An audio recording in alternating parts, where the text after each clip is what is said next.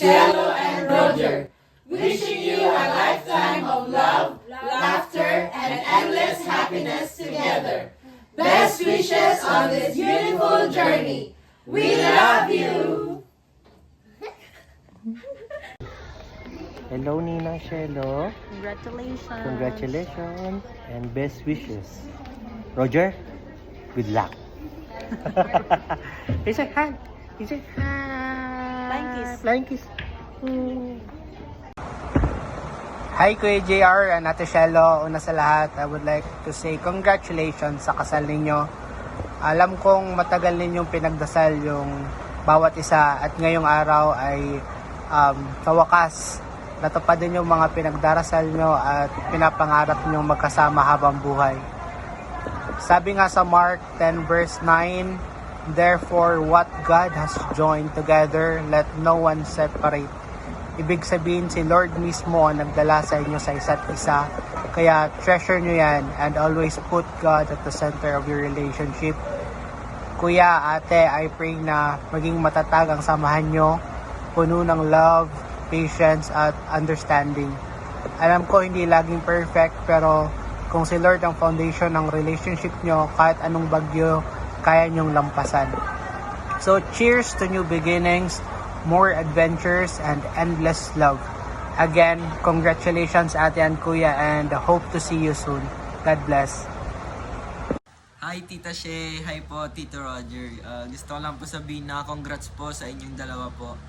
Matagal ko na pong gusto na makahanap po si Tita Shea ng isang tito po na pogi na makakasama ko pa po sa buhay tsaka po sa bahay po. Inihiling ko rin po na magkaroon po kayo ng great future, ng masaya na future po, magkasama po kayong dalawa po. At sana po there are brighter days ahead of you guys po. Yun lang po, thank you po. Hello, Shelo and Roger. Congratulations sa inyong dalawa. Alam namin na ito ang pinakaiintay niyong araw at masaya kami na nakikita namin kayo na masaya sa piling ng isa't isa. Patuloy lang namin dalangin na inyong pagsasamahan ay humaba at mapuno ng pagmamahalan at respeto. Masaya kami na may makakasama na si Shelo at ganoon naman sa iyo, Roger, na salamat sa pagbabantay at pag-iingat din kay Shelo. Kampante na kami na may kasama si Shelo dyan at masaya. Isa pa naming hiling ay pamangkin. Little Shelo or Little Roger, okay lang. Basta agad-agad. Joke. Ingat kayo dyan. Banding soon. See you soon. Congratulations and enjoy your day. Love you. Congratulations, Shelo and Roger. May the Lord be the center of your relationship as husband and wife. Live, love, and learn from each other. God bless! Congratulations, Ate Shelo and Kuya Roger, sa inyong pag-iisang dibdib. May the Lord guide you and be the center of your relationship. Ang gusto ko lang masabi sa iyo, Kuya Roger, maraming salamat sa pag-aalaga at pagmamahal sa ate ko. At habaan mo nawa ang iyong pasensya. Dahil at times, alam mo naman, lahat naman ng tao nakakaramdam ng problema, ng lungkot. Ang hiling ko'y damayan mo lang siya pag siguro medyo napapagod kapag trabaho. At alam ko naman na nandiyan ka naman palagi para sa kanya. Hindi ka lugi dyan. Mabait, mapagbigay, mapagmahal, maalaga. Yun, ganun si Ate Shelo. So, blessed ka kasi sa'yo siya binigay ni Lord at alam ko Ate Shelo na blessed ka din dahil kay Roger na nandiyan palagi para sa'yo. Magmahalan kayo at huwag niyong susukuan ang isa't isa. Nandito lang kaming pamilya niyo para i-guide kayo, ipanalangin kayo sa inyong pagsasama. Hope to see you soon. Of course, we will see you soon and congratulations ulit sa inyo. Hi, Shelo! Congratulations! Kung alam mo lang kung gaano kasaya yung puso ko ngayon, eto na panibagong chapter na ng buhay mo and ibinigay na ni Lord yung lalaking destined para sa'yo. And truly, God's plan is perfect. You deserve this love that is deep, kind, and rooted in faith. And to Roger, hindi pa man din tayo nagkakakilala. Gusto kong malaman mo that I am truly happy that Shelo found you. Alam kong ipinanalangin niya na matagpuan niya yung pag-ibig na deserve niya. And ikaw na yung makakasama niya sa panibagong journey ng buhay niya. Please, love each other fiercely, forgive quickly, dahil hindi may iwasan, minsan may hindi pagkakasunduan. And please, keep God at the center of your relationship. Wala akong ibang hiling, kundi biyayaan kayo ng Panginoon ng kaligayahan, ng tawanan, ng mga pagpapala, at katatagan at pananampalataya. Again, congratulations to both of you. God bless your union, and see you soon! Hi, JR and Shelo. Congrats on your wedding. Praise be to God that pinagtagpo kayong dalawa ng Diyos. I'm so happy to celebrate this special day with you. Prayer ko na pagpalain ang love story nyo at i-enjoy nyo lang ang buhay mag-asawa. Nawa ang pagmamahal nyo sa isa't isa ay lumago pa na may gabay ng Diyos. God bless sa inyo mag-asawa at see you soon. Roger, congrats sa buhay. Pasensya na, hindi makapunta sa kasal mo. Alam naman tayo, may kanya-kanya ng sobrang busy. Welcome sa buhay ng may asawa. Congrats din kay misis mo. Sana ay magkaroon kayo ng maraming anak. At sana magkita-kita ulit tayo magkakaibigan. At ano pa ba? Ayun, basta adjust lang dahil magkakaroon kayo ng pamilya. Araw-araw ang buhay ng may asawa ay isang malaking adjustments. Mula pagising hanggang matulog, mag-adjust ka. Ayun lang, I'm so happy for you, brother. Congrats sa iyo at sa iyong maging asawa. Enjoy your day. Thank you. Hi, Tito JR! Happy wedding day! God bless you and Tita. May you always love each other and be happy forever. I love you! And congrats sa inyo, Shelo and Roger, sa inyong wedding. Good, congrats para sa iyo dahil natagpuan mo na si Roger. Alam ko matagal mo nang minimit at pinagpiprayan. Good luck kay Roger. Nasa tamang babae ka na dahil palaging tama ang babae. And habol na kayo para may kalaro na to si Raya. Congrats ulit.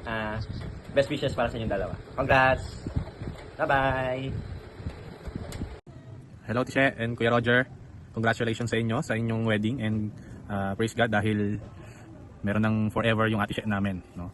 We pray and wish na naway maging masaya kayo sa inyong pag-iisang dibdib and hopefully pag uwi nyo dito, makapag-akyat siguro tayo ng bundok. No? Para happy may tagabitbit na ng bag si Tisha kapag umakyat ng bundok. No? Enjoy yung inyong marriage life and hopefully ay maging mablisan kayo ng kids no, soon. No? God bless and see you soon mga ate and kuya. Bye! Congratulations! Happy for you. Hi! Congratulations, Shelby. Oh my God, dito na talaga. Ano ba sasabihin ko? I know that you've waited for this and you prayed for this. All of us prayed for this. Kahit nung bago pa lang kami umalis ni Mike ng Qatar, we prayed for this na ibigay na ni God yung para sa'yo. I know that you went through bumpy roads and moments of wondering if okay ba si Gay na to, si Gay na yan. But it was really true that you are a living testimony na God Himself will write the pattern of your love story. You are a test of faith and heart. Ang galing. I just remember the last time na umuwi tayo sa Pilipinas, yung we prayed for each other. Oh my God, this year lang pala yun. Ang galing. Ang bilis. Ayun na, I prayed na ibigay na ni God yung the one, and you prayed for me na magka-baby kami ni Mike. And here we are. We are a living testimony na talagang nag-works yung pag-pray natin kay God. Ayun. Siguro ang may advice ko lang sa'yo, hindi pa naman kami ganun katagal nakasal ni Mike, pero sa pagsasama namin, just to place 3 main ingredients dun sa magiging buhay niyo ni Roger. Yeah. Number 1, God. Number 2, love. Number 3, and respect. Now, just put God at the center of your marriage and always show love in the midst of a difficult situation and always respect Him. Try mo yung halimbawa kahit nag-aaway kayo or naiinis ka sa kanya, at the end of your conversation, magsabi ka kahit galit ka na I love you. It will work. Ayun, parang alanganin man sa sitwasyon, but just try it. Madidissolve ko ano man yung pinag-aawayan niyo. Ayun, and my message for Roger, kahit hindi pa kita nami-meet, sana alagaan mo si Shelo, kasi treasure yan, one of a kind lady yan. Ayun nga. Ayun, again, congratulations! Hi Shelo and Roger, congratulations on your wedding day, and we are so happy and blessed to see you both being united as one, as husband and wife, and as your friend, sobrang masaya ako para sa'yo. We've known for each other for quite a while, like almost a decade, and this is the day that the Lord has made for you both, and finally, the Lord has answered your prayer, our prayers, kasi ito na nga, this is the day of your marriage, and praise God kasi your prayers have been answered, our prayers have been answered na, and no more crying moments na. Yung crying moments ngayon is really tears of joy na. So yun, and Hindi ko man kilala si Roger, but I know God has chosen Roger for you, and I know that you both will gonna be a wonderful couple. And may the Lord bless your marriage, and I know you guys will gonna be an awesome parents in the future. And in life, alam naman natin na one of the best decision ever in our lives is number one is choosing God as our personal Lord and Savior, and number two is choosing your right partner. But of course, it's not only you who chose Roger as your partner, but of course, God chose Roger for you. So, alam ko maraming advices yung mga ibibigay sa'yo about marriage, but keep in mind that you both are united as one. You have to be on the same direction and always put God at the center of your relationship. And keep in mind that even though we are far from you both and we're not there witnessing your wedding day, rest assured that you both are always in our prayers, and we're so happy celebrating in here too, and we are looking forward to see you both hopefully here in the US. Hi, Shallow. Congratulations on your wedding day. We are so incredibly happy for you. You have waited patiently for this beautiful moment, and it's amazing to see everything comes together in God's perfect timing. As what Glenda said, two of the best decisions we can ever make in this life is giving our life to Christ and choosing the right partner. And today, we celebrate both with you. Your marriage, may your marriage be filled with love, grace, and faith, anchored always in the Lord who brought you together.